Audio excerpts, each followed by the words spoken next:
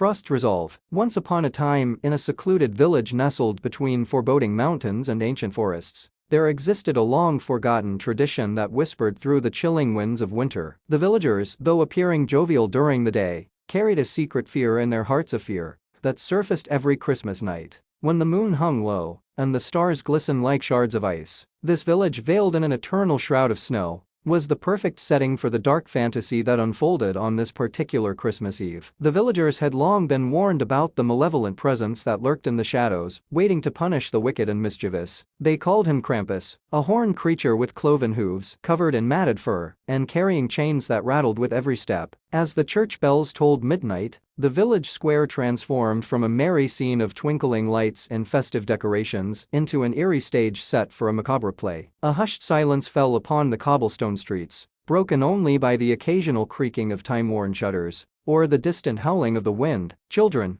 who had earlier reveled in the joy of unwrapping gifts and indulging in sweet treats, now clung to their bedsheets, wide-eyed with trepidation. Their parents, too, felt the weight of unease settle upon them, for they knew the tales of Krampus were not mere folklore, but a chilling reality. In the frigid air, Krampus emerged from the shadows, his demonic silhouette advancing through the snow-covered lanes. The clinking of chains echoed ominously, sending shivers down the spines of those who dared to peer out from behind frost-laden curtains. His eyes, glowing like embers, scanned the village for those who had strayed from the path of goodness. The first sign of Krampus's presence was felt by a mischievous young boy named Jacob, who had dared to steal a handful of cookies meant for the village celebration. As the boy lay in his bed, guilt gnawing at his conscience, the door creaked open, revealing the towering figure of Krampus. Chains in hand, the horned creature approached Jacob's bedside and, with a menacing growl, bound the boy's wrists as punishment for his transgressions. Throughout the village, Krampus sought out the naughty and disobedient, his malevolent laughter resonating through the frosty air. Windows shook and shadows danced on the walls as he doled out justice to those who had forsaken the spirit of Christmas. Yet, amidst the fear and darkness, a glimmer of hope lingered, for those who had shown kindness and generosity were spared from Krampus's wrath. Their homes remained untouched, and their dreams were free from the haunting specter of the horned creature. As the first light of dawn broke over the horizon, Krampus retreated into the shadows, his chains fading into the silence of the waning night. The village, once again shrouded in an eerie stillness, bore witness to the aftermath of Krampus's visit, a reminder that, even in the most enchanting winter landscapes,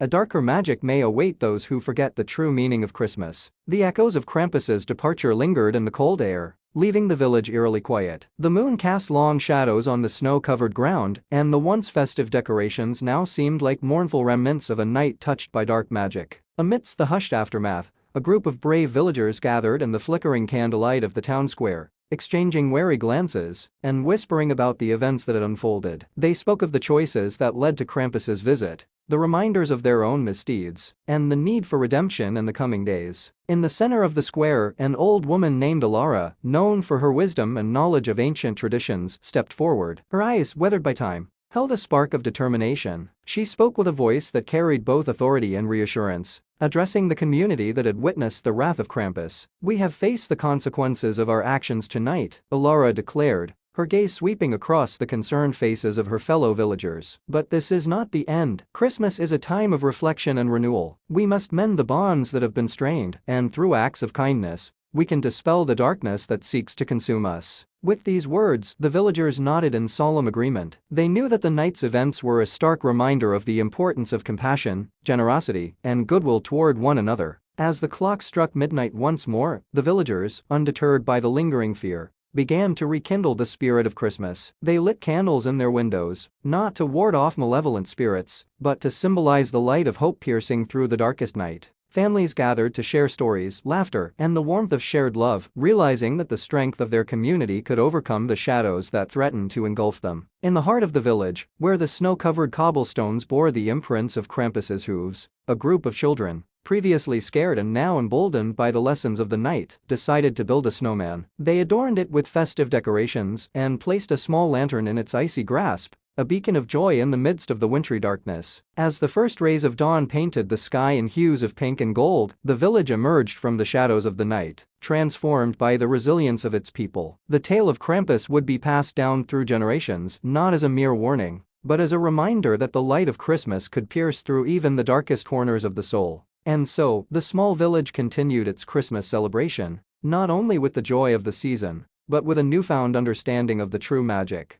that lay within the hearts of those who embrace the spirit of Christmas, even in the face of the supernatural. As the sun ascended in the sky, painting the horizon with hues of warmth, the village stirred from the shadows of the night. The events of Christmas Eve were etched in their memories, a cautionary tale that had left an indelible mark on their hearts. Yet, with the dawn of Christmas Day, there was a collective determination to transform the lingering fear into a celebration of unity and renewal. The village square, once touched by the ominous presence of Krampus, now became a canvas for a festive gathering. Villagers, young and old, joined hands to decorate the area with cheerful ornaments and bright lights. The air resonated with laughter, and the aroma of freshly baked goods wafted from the kitchens, replacing the lingering chill with the warmth of shared joy. In the village church, a Christmas service unfolded, not just as a religious observance, but as a communal affirmation of love and forgiveness. The old wooden pews filled with villagers, their hearts softened by the events of the previous night. The hymns they sang echoed through the stone walls, a testament to the resilience of their spirit. Meanwhile, children bundled up in scarves and mittens played in the snow, crafting snow angels and engaging in spirited snowball fights. The joyous sounds of their laughter filled the air,